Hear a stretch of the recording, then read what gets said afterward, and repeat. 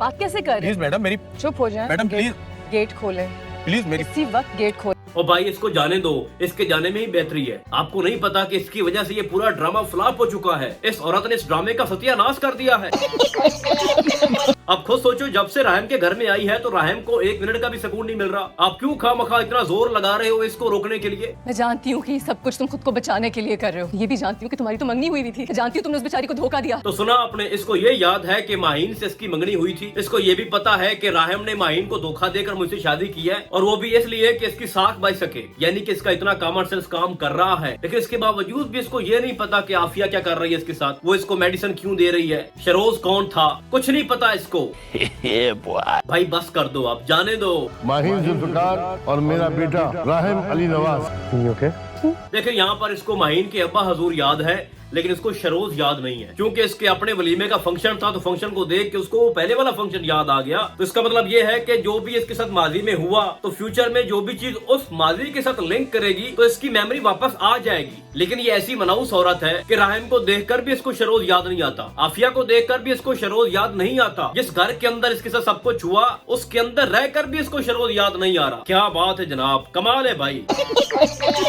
तो देखिए, ऐमन का जो कैरेक्टर आप लोगों ने हमारे सामने पेश किया ड्रामे के अंदर, इससे तो यही लग रहा है कि इस ड्रामे की पूरी स्टोरी ट्रैक से उतर चुकी है। यानी एक तरफ आप दिखाओ कि उसकी जो ओल्ड मेमोरी है वो खत्म हो चुकी है, या पता नहीं कब वापस आएगी, और दूसरी तरफ आप उसका कॉमन सेंस भी खत्म कर चुके हो। उसको सही गलत की भी तमीज नहीं है। यानी कि जब उसको अपने घर का ड्रेस भी याद नहीं है, तो कैब करने की क्या जरूरत थी? अब मुझे आप बताओ कि वही कैब वाला बंदा इसको साहिल समंदर पे लेके चला जाता और वही एक्शन रिपीट करता जो इसके साथ शरोज ने किया था, तो मुझे तो यही लग रहा था उसका दिमाग देख करके उसने कैब वाले का इल्जाम भी राहिम के ऊपर डाल देना था। खत्म, बाय बाय। मतलब कि आप लोगों ने तो सारी चीजें मंतक से हटा दी हैं। पहले सर ये था कि हम सिर्फ ऐमन के सीन को स्किप करते थे, लेकिन अब बताते हुए बड़ा दुख हो रहा है जनाब के ऐमन अगर राहिम से बात कर रही है या वो अपने अम्मी अब्बू से बात कर रही है, तो हमें सारे सीन ऐमन की वजह से स्किप करने पड़ रहे हैं। अच्छा, मुझे राहिम पे बड़ी हैरानगी है कि रात को वो देखता है कि उसकी बीवी मेडिसिन खा रही है, और सुबह पूछता भी है कि आपने मेडिसिन खाई थी। उसको छोड़ो, उसका तो दिमाग ही खराब है ना, वो तो यही कहेगी कि कौन सी मेडिसिन मैंने कब खाई थी।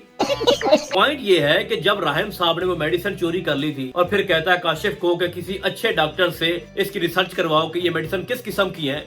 भाई तुम खुद गूगल कर लो ना, तुम्हें वहाँ पर अच्छे से उसका पता चल जाना था कि ये मेडिसिन किस काम की है। यानी कि आप किस दौर में रह रहे हो, हमें बेवकूफ बनाने की आप कोशिश कर रहे हो। आप उसको सर्च करो, उसकी सारी डिटेल आपके सामने आ जानी है। यानी पहले तो ये था कि ऐमन का कॉमन सेंस काम नहीं कर रहा था, लेकिन अब मैं ये कहूँ कि राहिम भी इसमें इन्वॉल्व हो चुका है तो गलत नहीं होगा। यानी राहिम के सामने ऐमन बेहोश हो रही है, वो बार बार कह रही है कि मेरा सर चकरा रहा है, मुझे कुछ समझ नहीं आ रही। तो भाई एक बार उसका चेकअप तो करवा लो। वैसे भी जो अमीर ज़ादे होते हैं उनको अगर थोड़ा सा भी कोई मसला हो तो डॉक्टर तो खुद घर पे आ जाता है। लेकिन एक लड़की जिसके लिए तुम इतना बड़ा स्टैंड ले रहे हो, अपने माँ बाप के अगेंस्ट चले गए हो, सारे मुआशरे का आप मुकाबला अकेले कर रहे हो, तो जब बेचारी वो बेहोश होती है, उसका सर चकराता है, उसको हेडेक होता है, तो भाई साहब आप उसको चेकअप करवा ले, ट्रीटमेंट करवा ले उसकी, ताकि पता चल सके कि उसको है क्या, मसला क्या है। अब पहले हम ऐमन की वजह से काफी परेशान थे, अब उसकी वजह से उसके माँ बाप का रोना धोना भी शुरू हो चुका है। तो भाई साहब फजूल में स्टोरी को ड्रैग किया जा रहा है, जिसकी मुझे तो कम अज कम समझ नहीं आ रही। इतनी मुश्किल कुंडली नहीं थी जिसको सुझाया नहीं जा रहा। मुझे अब भी लग रहा है कि 3-4 एपिसोड ये इसी तरह से गुजार देंगे, क्योंकि उसकी यादें वापस नहीं आ रही, उसको कोई समझ नहीं आ रही,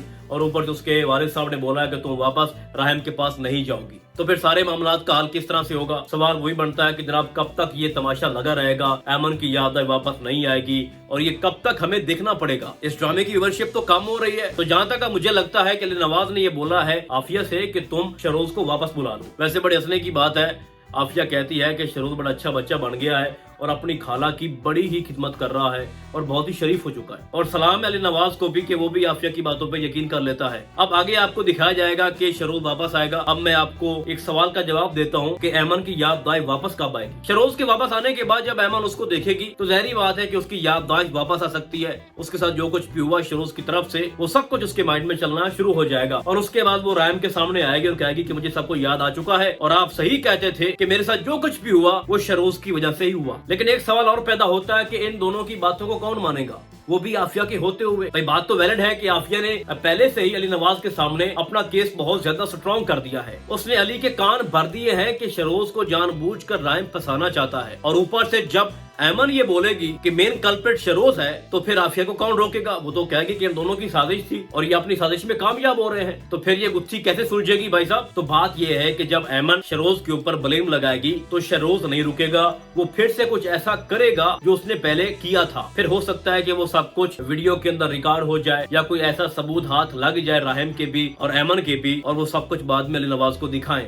और अगर ऐसा नहीं होता तो मेरे ख्याल में शरोज की वापस आने तक जो रिसर्च लेबोरेटरी के अंदर वो मेडिसिन गई है उसकी डिटेल भी सामने आ जाएगी और उसमें साफ दिखाई देगा कि ये मेडिसिन इसके लिए ठीक नहीं थी। फिर जनाब इसको मेडिसिन ये किसने दी? तो आफिया ने दी है। तो इस तरह करके आफिया एक्सपोज होती जाएगी और फिर उस डॉक्टर को पकड़ा जाएगा जिसको खरीद लिया था आफिया ने। फिर वो भी बयान देगा आफिया के खिलाफ। फिर इनका एक पीए था जिसको हर बात का इल्म है, उसको भी राहिम पकड़ेगा और ये सब कुछ शरोज के सामने होगा। और इम्पोर्टेंट एक और रोल जो कि इसके अंदर पिछली 2 एपिसोड में नहीं दिखाया गया, मैं फारूक की बात कर रहा हूँ। तो जब सारे सबूत अली नवाज के सामने आ जाएंगे तो वहाँ पर फारूक भी खामोश हो जाएगा और फारूक की खामोशी सब कुछ बयान कर देगी। तो मेरे ख्याल में इस तरह से एंड होगा शरोज का और आफिया का, और इसी तरह ये एक्सपोज होंगे। बाकी मुझे और कोई ऐसी मंतक समझ नहीं आ रही, कोई ऐसा रास्ता नजर नहीं आ रहा। मेरे ख्याल में शरोज के वापस आने तक ये मामला लटका के रखेंगे। बाय द वे ये ड्रामा बहुत ज्यादा बोर हो चुका है। काश ये उशना शाह को इस ड्रामे के अंदर कास्ट न करते, इसकी जगह कोई और एक्ट्रेस होती तो इस तरह का सीन, इस तरह के सिनेरियो इस ड्रामे के अंदर क्रिएट ना होते।